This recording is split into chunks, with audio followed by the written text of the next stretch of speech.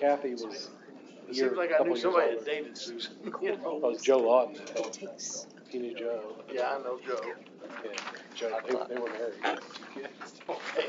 All right, I saw it's Joe 5 last o'clock. Thursday I'm at gonna the call to order the June baseball 11th, game in Columbus, 2026 Ohio. Plan Commission Baseball meeting. Alumni Association. Roll call. Jeremy? Gary Wells. Here? Angie Claycamp. Kendra Zumix. Here. Dave Eggers. Dave Early. Here. Rick Slybaum. Here. Don Bruce. Here. Mark Maxey. Here. Shell Parker. Steve Gentry. Bernie Hausberger. Here. Okay. Is there any corrections to the meetings, to the minutes from the last meeting? Anybody? I'll make a motion to approve as read. Second. Thank you. Okay, Jeremy. All in approval, say aye. Aye. First case, Jeremy, please. Only thing on the agenda tonight's PCM 526. Beckdale Industrial are the petitioners. Petitioners requesting to rezone the property at the corner of US 31 and US 50 from RS to I2. Okay. Is the petitioner here? Yes. Okay. Would you like to present your case? Please. Did you just? Thank you. Good evening. My name's Blair Carmesino with Becknell Industrial Offices at 250 East 96th Street, Indianapolis, Indiana. We are a nationwide industrial developer, and we filed the petition. I have a brief presentation I'd like to walk through, and I'd be happy to answer any questions that you guys may have. Okay. All right. I'll dive right into it, and I'll go quick because there's storms moving in. You're probably all familiar with the property location, but I'm going to walk you through the property location, the conditions, and then the proposals that we're looking to gain. Property location is, as noted, at the southeast corner of US 31 and US 50. It's currently agricultural in use, improved with a house and some surrounding structures. It's approximately 1/2 mile from the interstate. It fronts US 31, US 50, which are both state jurisdictional highways, and it does have frontage on County Road 500 East, or East 500 North to the south. I believe that's a Jackson County jurisdictional roadway.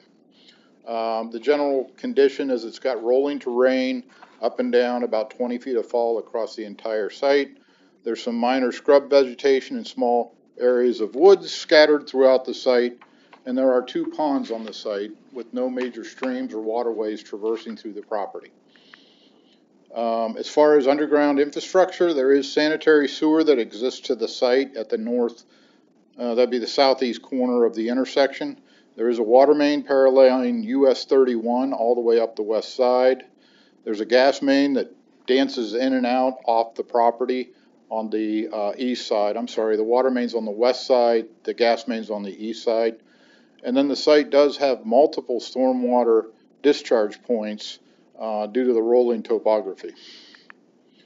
Here's some photos. The top left is US 31 northbound, right just south of County Road 500. You can see it on the right side of that photo.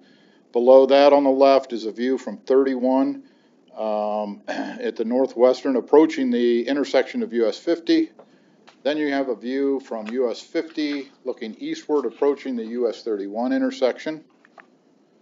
The top left is a view from US 50 looking westward. Then we've got a view from US 50 westward, approaching looking eastward, westward, approaching US 31 intersection. And then here's a view of from US 31 looking along County Road 500. The current zoning, I found it, I may be wrong on the current, but I found it to be R2 and highway, roadside business along US 31 frontage. I think. It's RS, but that's just means farm ground. Okay. So I'm mistaken there, and I got a bad map somewhere. The adjoining property owners or properties are zoned. To the east is the National Wildlife Refuge. To the south is R2 per the county zoning. Am I correct there, Jeremy?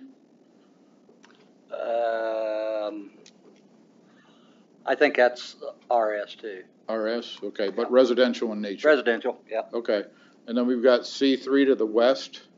Did I get that one right? I think you got that one right. And then to the north is R2, possibly maybe the RS again. The requested zoning, we are requesting an I2 industrial district. And per the code, it's to provide suitable locations for industrial operations that require outside storage or materials of goods. What you have here are pictures of existing I2 uses within Seymour. Addresses shown, and they're in various building sizes and building shapes allowed in the I2. The code itself has various standards that any I2 development must adhere to. The uses required, or requested, not requested, but the uses in this requested zoning allow some commercial uses. We are seeking the industrial uses.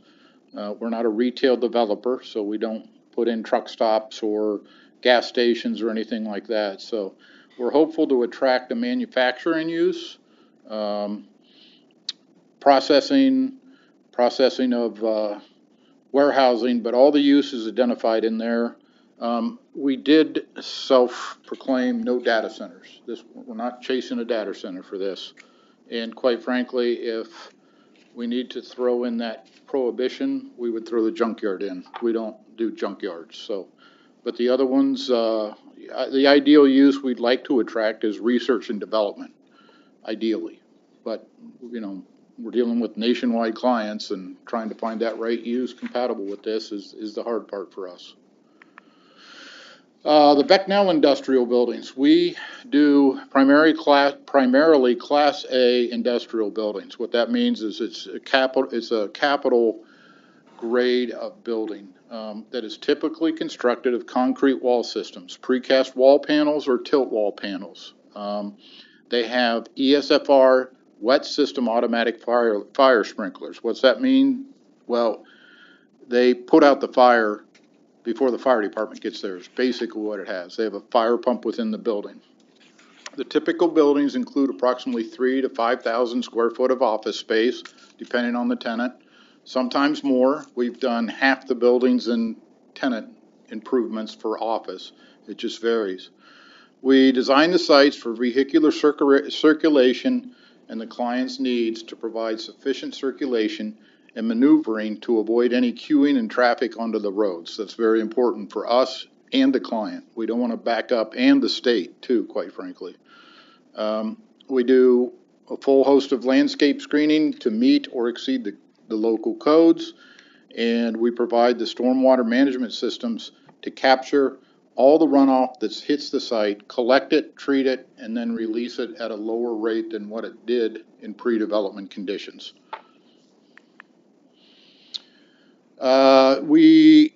There's two terms floating out there: speculative development and build to suit. We are doing this zoning on a speculative basis, but we are pursuing a build to suit client. Now the difference is speculative. If we did a speculative building, we would guess what the right size of the building would be. We'd build it, we'd hang the for rent sign, and away we go. In this case, we are doing the zoning on a speculative nature, but chasing what's called a build-to-suit client. In other words, promoting the site, promoting Seymour, its demographics, its great industrial base, its employment base, its proximity to 65, and hoping we find the right user for the project. That's in concert with growth plans for Seymour and providing the necessary tax base and everything else associated with such.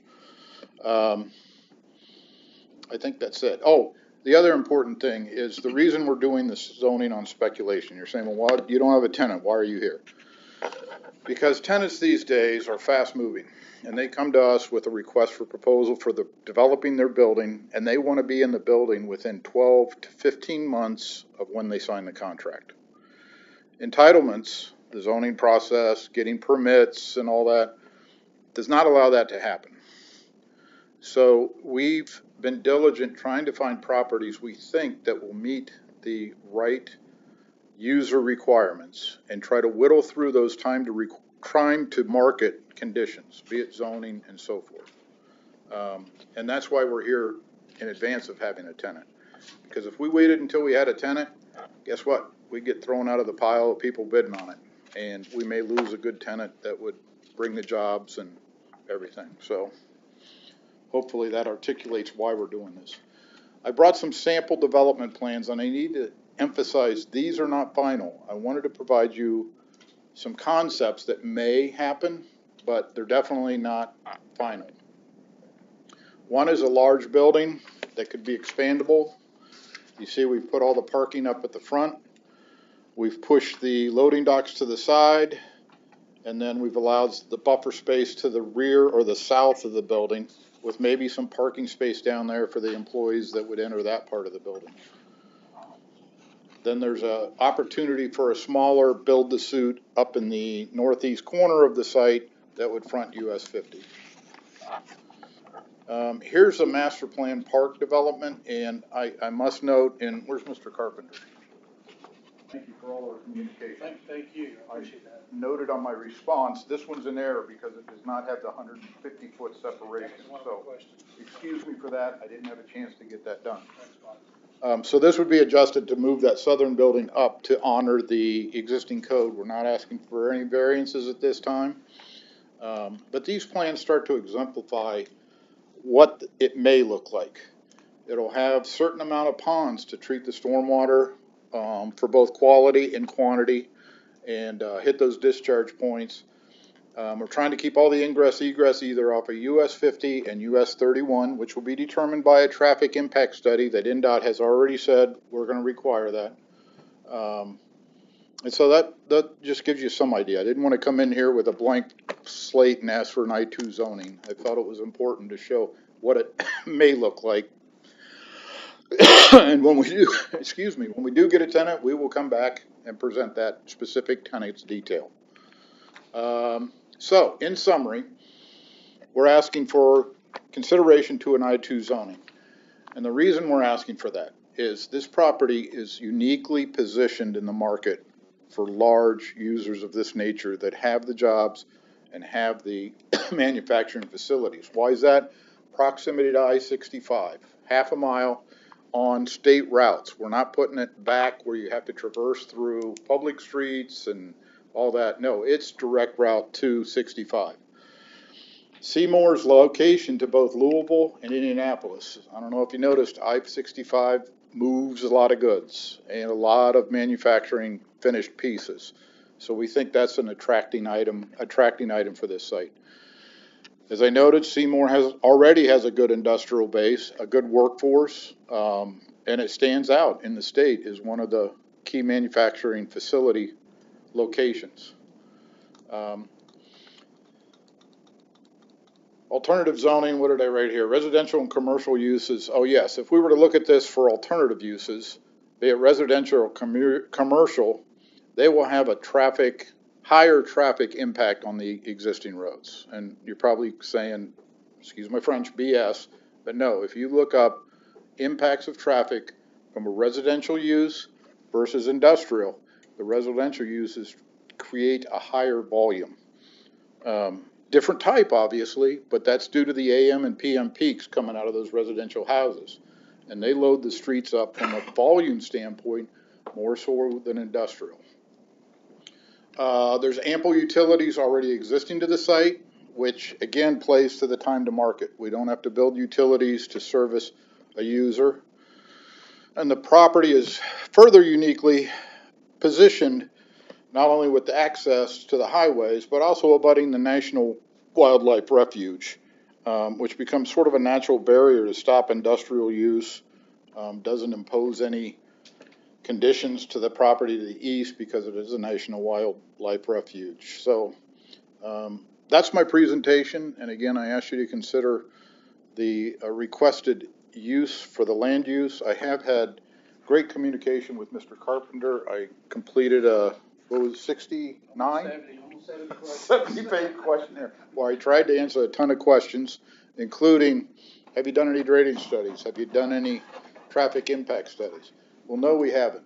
And as I noted in my question responses, we haven't because we don't have a tenant. We don't have a user, and the first step in any development process is to get the zoning in place. Those will follow.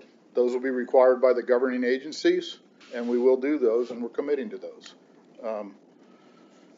There was several great questions in there. I'm not gonna read through them. You guys have read them all, I hope. A few other questions too. That's fine, and I will shut up now, and I'll let you guys ask questions, and I'll hopefully have a chance to respond to those. Yeah. So thank you for your time. Thank you. Okay, so is there anybody in favor, here to speak in favor? No. Okay. Anybody opposed? Before we get to that, I'd like to also state that Mr. Carpenter has submitted questions, and I think you all got those. I just want to make that a formal, for the record, that he did submit a lot of questions, and Blair answered a lot of those. And also Kevin Kaplan today had gotten you, I think, some traffic study information. I just want to make that a matter of the minutes, that both of those gentlemen sent those, and you had those in your packets for your review. So, go ahead. Okay. Who wants to speak first? Okay. Okay, so we're gonna we have a 3-minute time limit. And please state your name If I can read first. that fast. Okay. My name's Larry Carpenter. I live on 11129 East County Road 500 North, which is about halfway down the dead end road. Like I say, we've had communications with Blaine here over the last couple of weeks, and you all have seen the questions that we had. Some of them could be answered, some of them could not, because of where we're at with the project in the very beginning, infancy of it, you might say, I guess. It looks like Becknell's has indicated they're mainly looking for manufacturing rather than logistics and warehousing, and I was just kind of wondering if they had anybody that they were possibly targeting as a tenant for that. And would they be local or would they be nationwide? And I think you pretty much addressed that as being nationwide. Yeah. There again, they also stated, Blaine did, that they were not targeting an AI data center. And we would like to have that put on public record if possible. And he also confirmed, one of the other questions was a confirming of the 150-foot setback on 500, and he did just verify that as well. One of my bigger questions, I guess I have, is the finished grade elevation on that property. You mentioned that they were like 20 feet now above, I don't know where that grade is, based off 50 or 31 or the intersection, but ours is quite a bit lower than that. And I didn't know what your tendency was in grade elevation compared to your finished grade to the grade of 500 North. Okay, I don't know if you could find that out or I'll ask a procedural question. Would you prefer I respond to his questions as they go, or should I write them down and wait? Jeremy? It's up to you. You can respond, I'll but you're respond. gonna take, it's Yeah. gonna take into your 3 minutes. that response is fine. I mean, if you don't want to respond, that's fine. He can wait and reply Okay. back to him, Okay. do it via email. or That's whatever. usually the way we do it. If you'll give us a list of what you want, and then at the end, when they're all done, he'll respond to you what you I want. could just email them to him too as well, and you guys, if you'd like. Okay, so another issue we were talking about were trucks and vehicles egressing and egressing on 500 via the site. I don't think there's any planned ingress or egress off 500 for that site. I just want to verify that. And then another big issues we've been fighting for years is water. We have terrible water where we're at. We have a lot of limestone, we have a lot of shale, and it's really shallow. And you can't use a rose well. You got to have driven wells, and then you don't get real good water then either. I drove 2 wells last year, and it cost me $10,000, and I finally got good water on the second one. But we were wondering if it'd be possible, since water's going to be hooked up out there, if it'd be possible to get us city water and maybe possibly even city sewer down 500. That was one of our other questions, and maybe it'd be directed to you guys, I guess, on that. Stormwater management, we kind of touched on that. I guess discharge points of stormwater released and where that where they were to be determined is a big issue with us as well. What measures and implementations to protect neighbors' properties from increased runoff and well, Okay, sir, your 3 Contamination. minutes is up. Sorry. Pardon me, 3 minutes is up. I'm sorry. That's not good. Anybody else want to finish this off for me? I mean, everybody can speak, everybody has a chance to speak for 3 minutes, so. Yeah, I didn't even get halfway through my questions. So. Okay, come on down.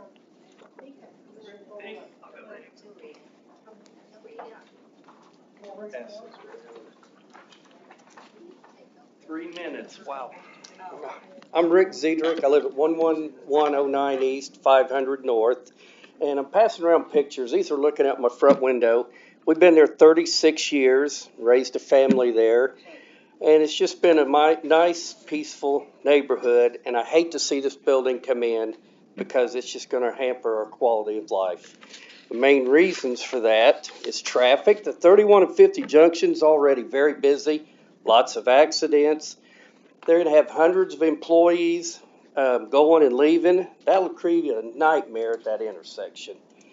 So I'm going to have to skip a few, keep under 3. On top of that, the increased vehicle flow also adds to higher noise pollution. Noise pollution from the EPA said unwanted noise interferes with normal activities such as sleeping, conversation, and diminishes quality of life. From the EPA, they said that. So, the factors causing noise pollution: heavy machinery, ventilation systems, industrial traffic, cranes, stamping machines, HVAC system. Noise pollution from the EPA lowers property values in residential areas. So, light pollution degrades the environment. Excessive light at night negatively impacts the ecosystem, which is a wildlife refuge, and human health. My wife and I went up to Bargersville a few weeks ago, early in the morning. Man, those warehouses, it was bright, and it spilled over everywhere. Water runoffs, Larry touched on, we're downhill, all of us.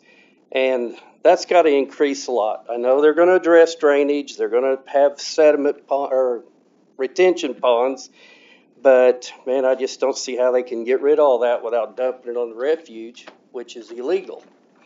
So that's the big one's retention pond. Studies show that sediments can contaminate our wells.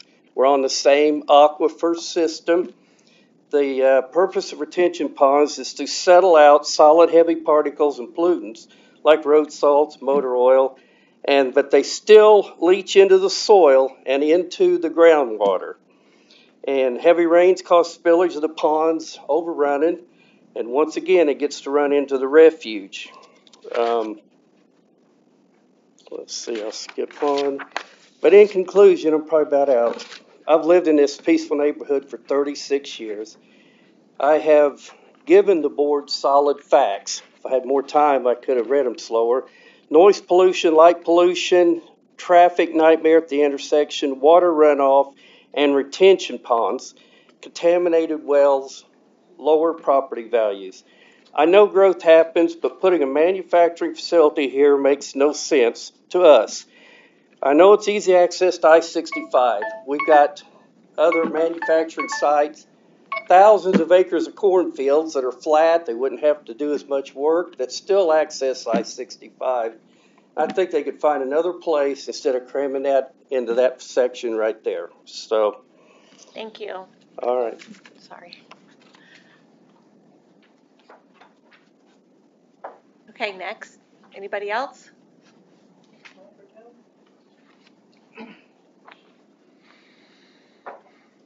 My name's Joe Tramp. I wonder if there's a better use of that land than what you guys are thinking about tonight putting out there. I mean, where's Seymour going to grow with residential area? Can anybody answer that question? Where can the next subdivision be? Can anybody answer that?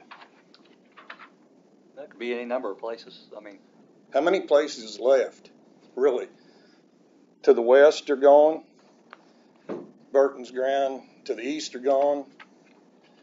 There's nowhere for anyone to build a home here besides going north of Seymour, and I don't know where you'd put it, you know, and that would be such a nice development area for housing. You got Mutton Creek, you got people out in Mutton Creek. I'm surprised there isn't more people here that go to live in Mutton Creek that aren't up here talking tonight, because that's gonna mess the whole neighborhood up, like all these guys that lived there all their life. I lived out there 68 years, and they done it to us with Pebblebrook and apartments out there. They moved everything to the east side. They need residential area to build on. I don't know where you guys are gonna expand the city.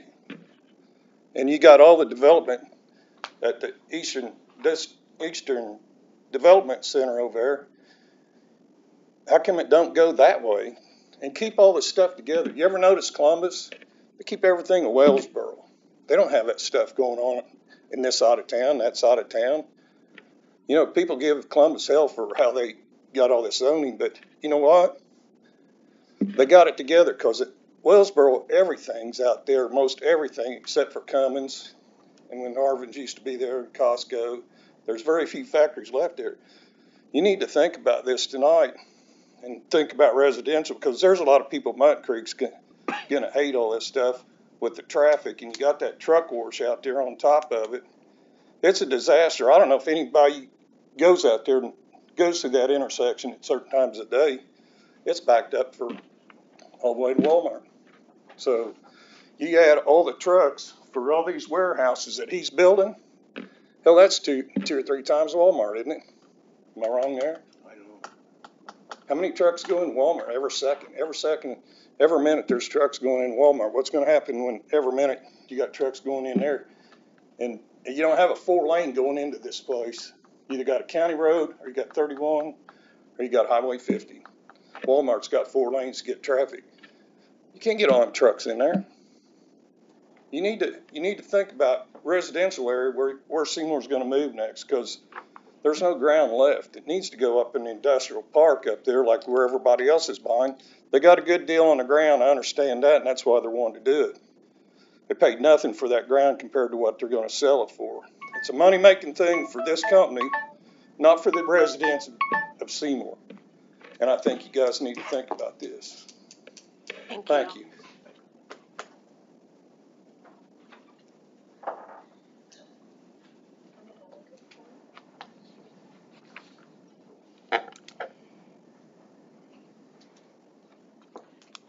Hello, I'm Donna Stanley. I live at 11195 East County Road, 500 North. I had no intention of talking tonight because I have very eloquent neighbors, but with the 3-minute limit, I'll try to say what I'm most concerned about. And first of all, that's traffic. I looked through the library internet on traffic studies for Highway 50. I don't understand that sheet of paper at all, but what I read was 5 years ago, there were 13,000 vehicles a day going between the US 3150 intersection and the Jennings County line. And that was 5 years ago. And I drove that route a long time. And the traffic has just gotten worse and worse. And I can't imagine having access to a big warehouse facility like that off of Highway 50. I think it would basically block the east side of Seymour several times a day, probably. That's just a wild guess, I think. And also, in the work I used to do, you did your environmental studies before you did your project, not after. And I'm very surprised that you would consider rezoning this before you had the studies in. And I'm wondering what would happen if the traffic studies say there's no way you could have access to this project on 50 with the present conditions. Would the city be paying to upgrade Highway 50, or? You know, I'm wondering how that would be handled. I think the traffic on Highway 50 would be just impossible to deal with. Other things I was concerned about initially was a data center going in. I read that in 2022, this company started a warehousing operation in Hobart that was not initially considered to be a data center, but it later transitioned into a data center. So I would ask, if it's agreeable with the board, that it go into the record that you would not permit a data center to go in there, because those facilities are very harmful on our natural resources.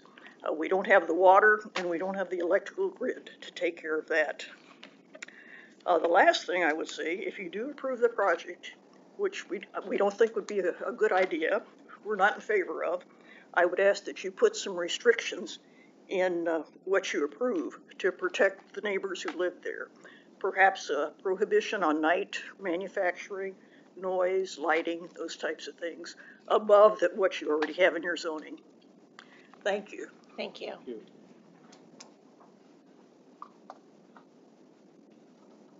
Anybody else? No? Okay. Questions by, oh, okay.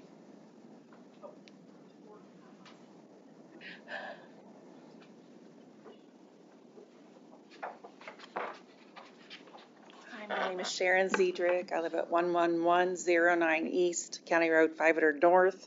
My husband and I had both the same idea. We didn't even know it. So I just wanted to pass around a picture of how beautiful this is. We've lived there, like he said, almost 36 years. We've raised both our children there, and this is just how we lived. No lights, no manufacturing, no trucks. So we loved it there. We love it here.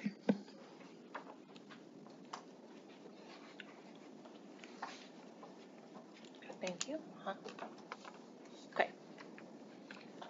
Members, any questions for the board members?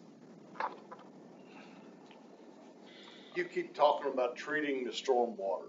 How do you treat the stormwater? I'm very familiar with retention ponds. The stormwater ordinance has a quantity and quality requirement on it. The treatment provides that you put in forebays that allow the sediments and the solids to fall out before it goes into the bigger body of water. If you can't do it that way, they got mechanical devices, which are called aqua swirls, that capture the water as it comes off the pavement, swirls the water around, essentially allows those sediments to fall out. It's not a chemical treatment, it's treating it for solids. Okay. And The chemical treatment was what I was curious about. No, not chemical treatment. Okay, thank you. Mhm. Anybody else? Where is this water going to drain into? Is it going to go into the National Refuge? To go into the what? Will it go into the National Refuge?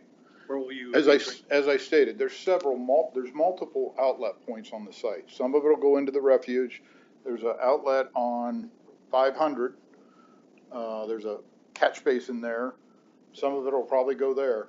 What we're not allowed to do is change the watershed direction. So if the watershed takes X amount of water to this location, to one of those outlets, we cannot increase and take the whole site to that one.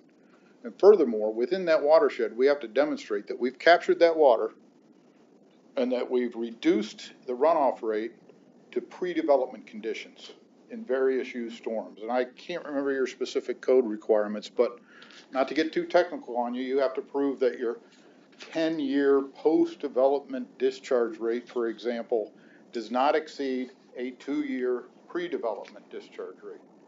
And you go, well, how do you do that? Well, it's just like your sink in your bathroom. You got an outlet that big right now in your sink. You put a smaller outlet in that, your sink fills up, it'll still drain, but it fills up to fit what's going through that outlet. So those ponds essentially are holding sinks, if you will, that throttle the water back and allow the discharge to meet the existing waterways. Sorry? No, you're good. I don't even know why that was going. Oh. Sorry, you can go ahead if you have, do you have more? I Okay, want to make sure I answer all your questions, and there was okay. if there's no other questions, I'll try to best attempt to So Blaine, was that you and someone else? I'm sorry, I keep calling you Blaine. Was that you and someone else in front of our house yesterday? Were you out in front of our house yesterday? No.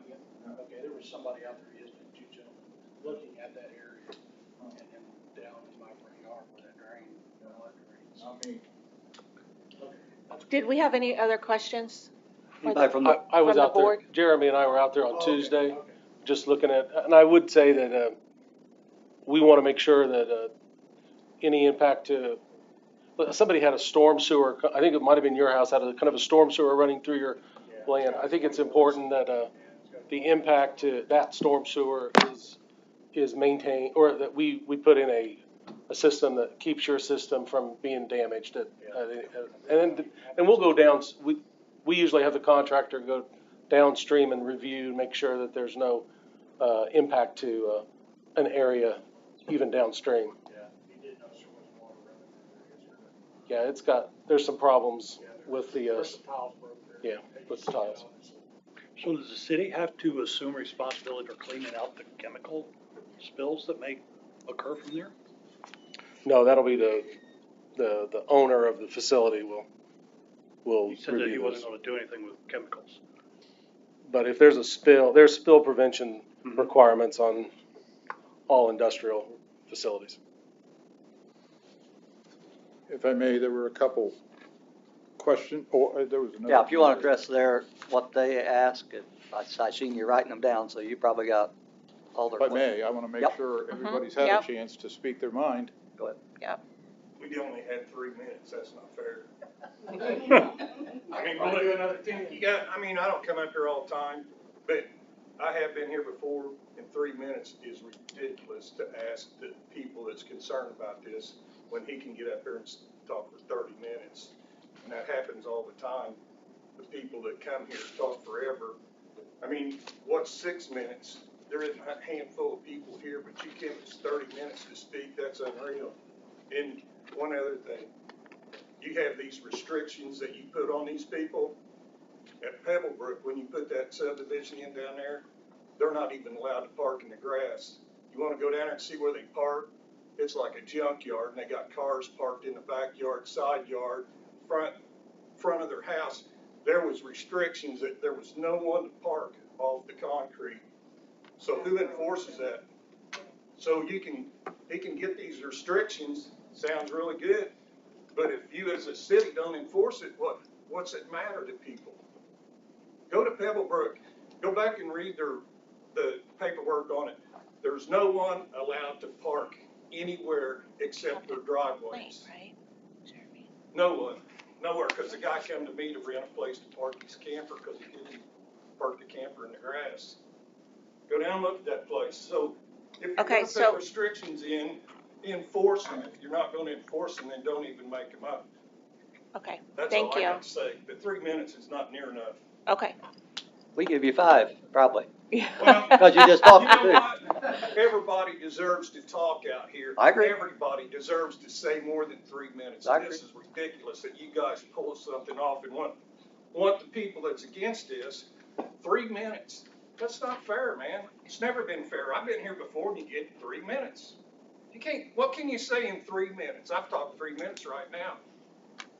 Yep, Yeah, yep. yes, you have. So do what I asked, go to Pebblebrook and see what you, go back and read the law, the bylaws that says no one parks anywhere but on Okay. concrete. He And that's can't, it. this gentleman can't Yeah. address Pebblebrook. No, but Yeah, you guys that, can, I'm trying to tell you, you don't do your job once you make these rules up, and he can come up there and tell you what he wants you to hear. And next year, when they get it done, or 10 years from now, they can do whatever they want. What? You guys aren't gonna touch him. okay, let's move on to answering the questions. Well, he got another 3, can I have 30 seconds? See, this is why the time limit rules are in place. Well, I didn't get to read my.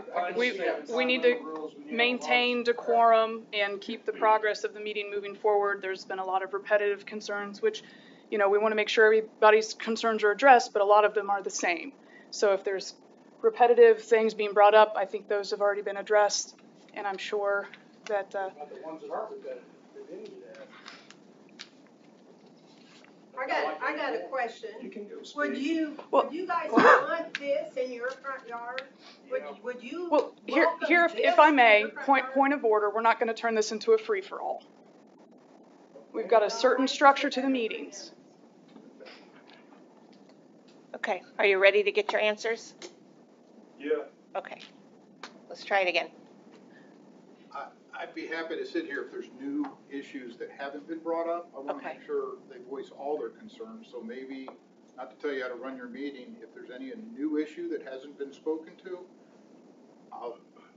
Okay, I'm in no hurry. I want to make sure everybody gets their answers. Okay, so do you want to go ahead and answer what they asked earlier when I'll they? be happy to do that. Okay, thank you. I'll start with restrictions, and what we do in our world is we make them of record to help aid the municipalities with any enforcement. And by that I mean, standing here tonight, I would ask that our zoning petition make of record 2 zoning commitments that A, no data center is a allowable use on this property, and B, there will be no curb cuts, ingress, egress onto 500 North.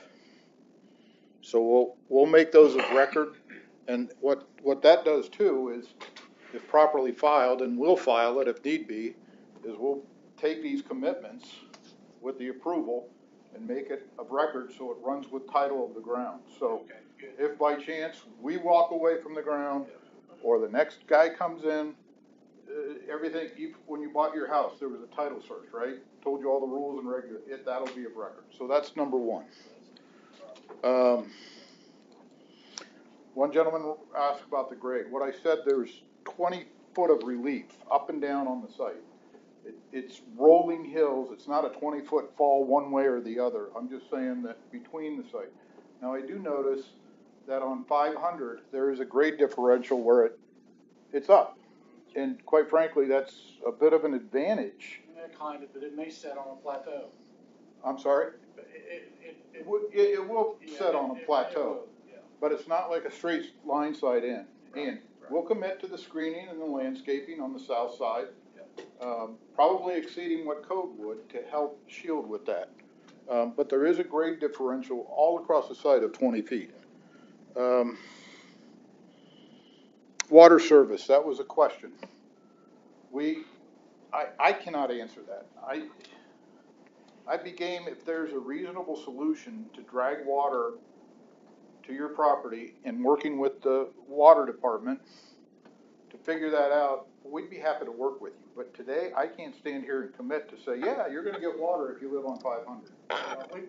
We've commissioned Indiana Water twice in the last 16 years to bring water down to us, and they will not do it. I wouldn't doubt it. They're not seeing the revenue. We're going to bring them some revenue, so we may have a look.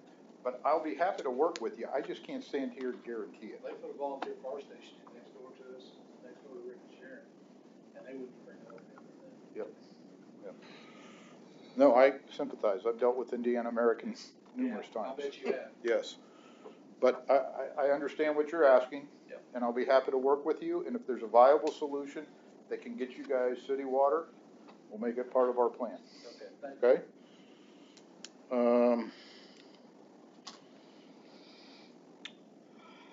There was noise and light pollution brought up. Again, I'll point to the code. Your code is a little bit more stringent than most other communities we work in, and I was pleased to see that. And we're going to do everything we can to meet or exceed the code. On the noise, the activities, most of them will be inside. If there's outside, and I'll have to check with our business unit heads, but if there's outside operations, we may be able to limit that. I can't answer that tonight because I don't know the users. And it depends what's the definition of an operation. Is it loading a semi and getting the semi out after hours? Or is it, banging stuff around in a yard? I don't know. But I would commit to revisiting those when we have final development plans if we're so fortunate to get a user for this site. And we'll be open book about it. We'll show you their use. We'll show you what their intentions are, how many employees they have, but we don't have those details now. So, light-wise, the lighting has improved dramatically through the years. The old box lights that would shine bright out are no more. LEDs that allow point source focus, shielding. We have to do an illumination plan that shows no light pollution spills over the line. Property lines has to be at 0 or below at the property lines. Again, your standards are more generous than most. Most setbacks between transitional, industrial, and residential are smaller than 150 feet. So I would anticipate our illumination plan would show the diminishment of light to 0 well before you get to the property line, unlike in some communities where we have to tweak it all the way to the property line. But Again, their code is pretty gracious as it relates to setbacks between transitional yards.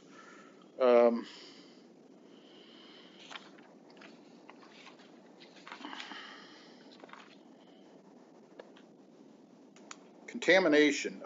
One point that was made, and to your point, and I'm not pushing the buck here, but yes, the city needs to decide where the growth is.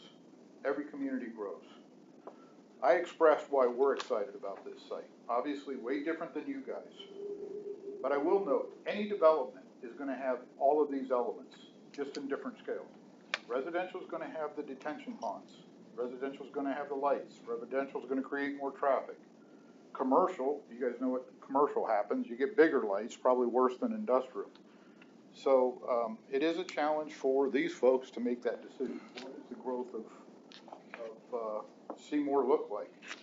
And I explained why we're high on the site, quite frankly. We think it will afford Seymour a great opportunity to attract a new employer here with high-paying jobs, hopefully. We don't know. But we're willing to wager on it, and we hope we can find that employer. So that's why we're here. I'm not sure residential growth, traffic, I can't answer traffic. We are required by NDOT. Any improvements to the roads will be our responsibility, will be the burden of the project. Turn lanes. Yes, sir. Center lane If they make us redo that whole intersection and we can make financial sense of it, we'll get it done. Excuse me, could you also work on 50? If NDOT says 50, yes. And those traffic studies don't just look at the fronting roads. They go upstream and they go downstream. And I also must note that that intersection is subject to way upstream traffic too. Yes. So you could have a use installed further east on 50 that impacts that intersection that we had nothing to do with. Yeah. But these traffic studies and NDOT combines all those. If the developer who's 4 miles down the road on 50 is putting something in, they're going to have their traffic study, our traffic study, and they're going to have that developer look at the 50 intersection. So they're a coordinated effort.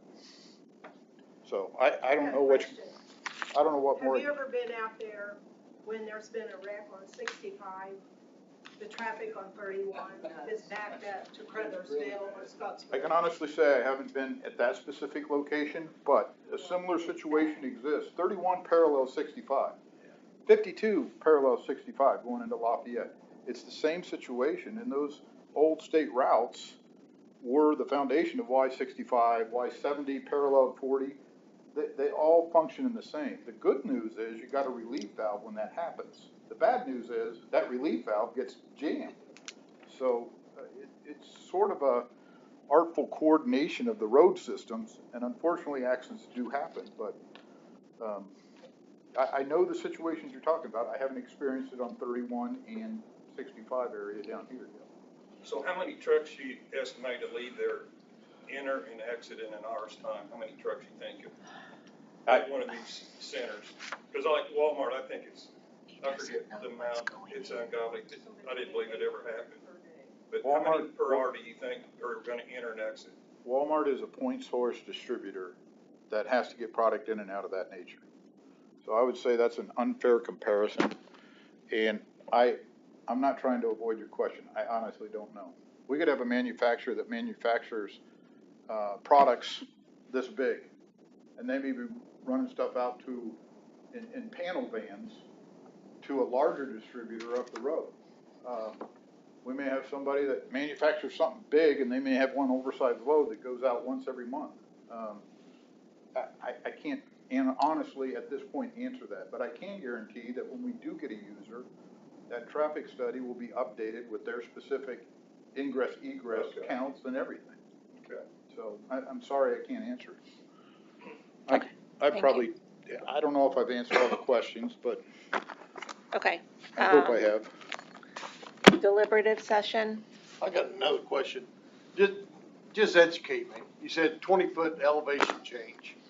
So is that from the middle down 20 foot and up 20 foot? No, that's like looking at the contours and plan From the view. low to the top is 20 foot. that there's 20 foot of relief. There's rolling hills on that site. The highest point on the site is 20 feet lower than the lower point. Okay. Across the site, it may do this. but it's not a straight grade. So if you look at the contour maps and look at high elevation, if I read it right, high elevation to low is a 20-foot differential. Okay.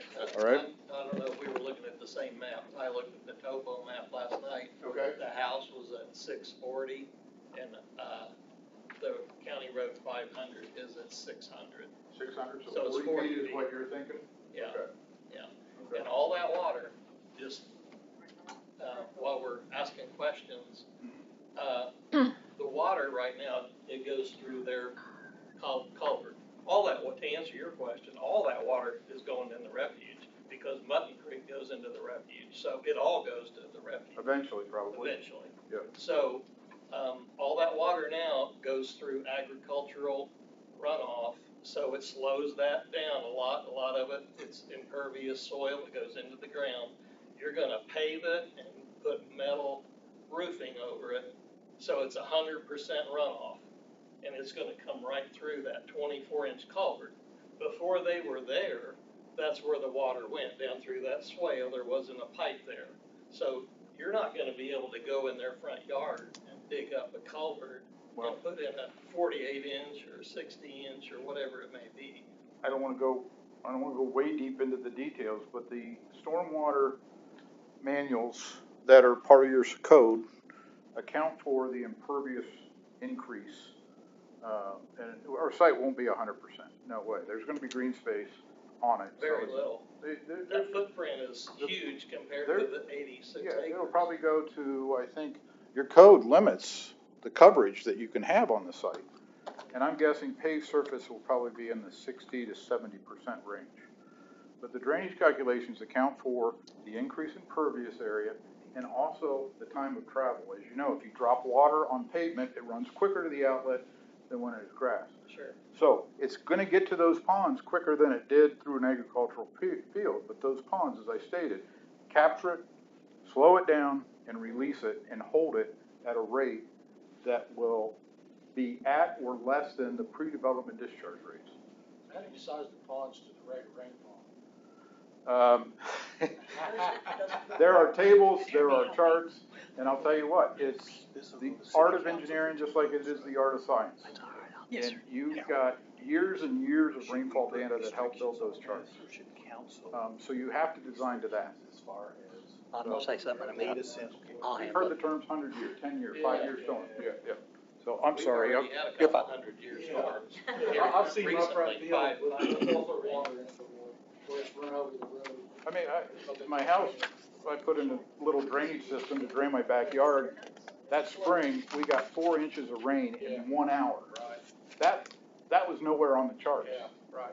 Now, it hit and it left, but that was a lot of water in a short time. It wasn't 4 inches over 24 hours. It was a quick monsoon that flooded my backyard, and I'm like, wow. But no, you're dealing with Mother Nature. I catch all the water from the east side. Everything flows through the power station, through Rick's property onto mine, and I've got a bunch of drains out in my field that I put in.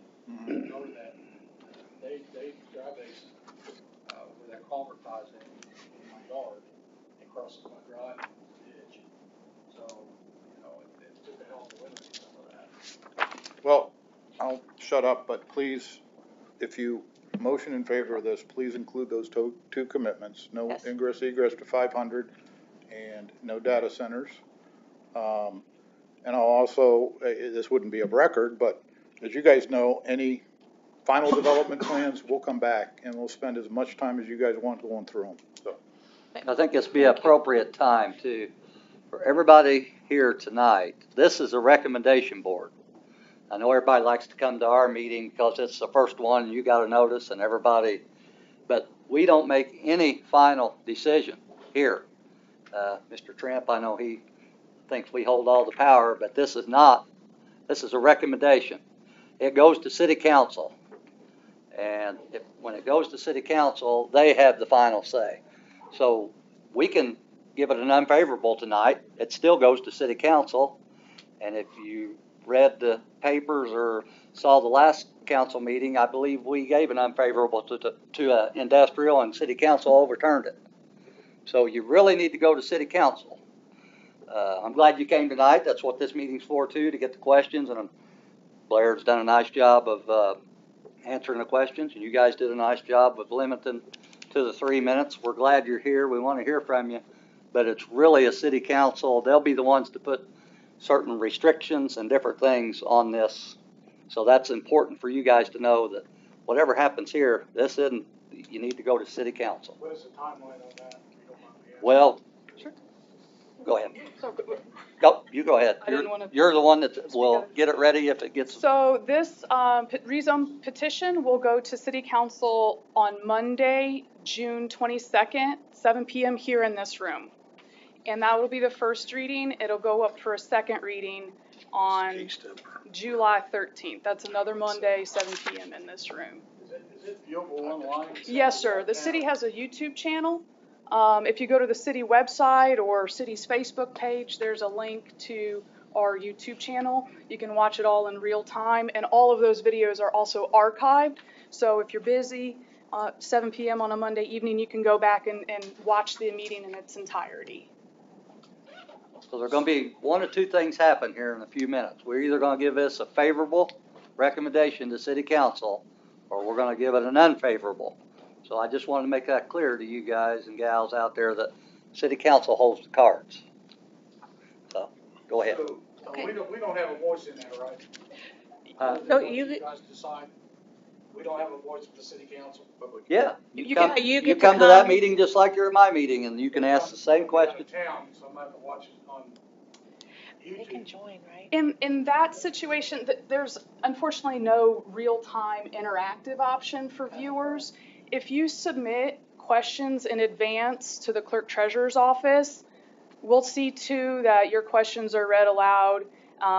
Or I know that you and Blair in communication by email. I don't want to, step on your toes or make work for you, but maybe he could clear some things up for you. Well, city council got these questions that you submitted, Mr. Carpenter. City council, we emailed them already. So, city council has your questions too that I didn't get answered. Yeah, they got your questions. The 60. It's okay to send these as well. Sure. Send those. Send it to us. We'll send it to city council. So, yep. So he didn't get his question answered. Is it 3 minutes for the council meeting too? Yes, sir. Yes. Yes, sir. And I'll be out on that one too. Go ahead. Okay. Can I entertain a motion? I don't think we have motion, but we should add these two items into this vote. Yes. The two items are no data centers, and number two, no curb cuts or no ingress egress easements or cuts on 500 North. Well, I think we ought to consider no junkyards also. I think Blair had mentioned that wasn't their intentions, but, I think, another thing while we're talking about no data center, I don't think anybody wants a junkyard out there too. I think- I'd be happy to include that. I don't think the town wants a junkyard there either. I just, I can tell you all day long, we're not gonna develop it, but as long as it's allowable use in your code, we're not part of the property unless that's a record. again, I just I wanted will to commit to that. make that statement while we were talking about that, so. Okay. Okay, well, let's vote.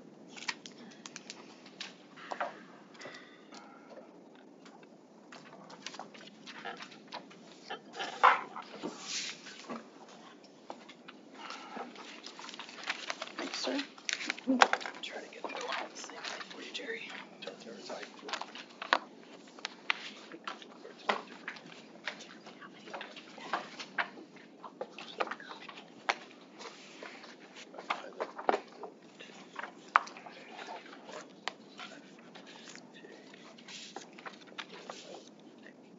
Go for the favorable recommendation. Okay, we'll go to city council with a favorable recommendation. It was an 8-0 vote. 1, 2, 3, 5, 6, 7, 8 approved. Okay. One thing I should mention, for folks that are in person at City Council, there's a binder on that podium over there. City Council runs a little different. If you want to speak, make sure you sign up. They have slightly different rules, so make sure you get your name on that, and we'll get you an opportunity to speak. As I said, thank you everybody for coming, but you need to come to city council because that's where all the decisions will be made. I don't have anything else. Motion to adjourn. Second. Did you change? Get me out of here, man. Well, and a little, Yeah. sorry, I mean, the cars in, I know. A little different when you get off the commercial. He lives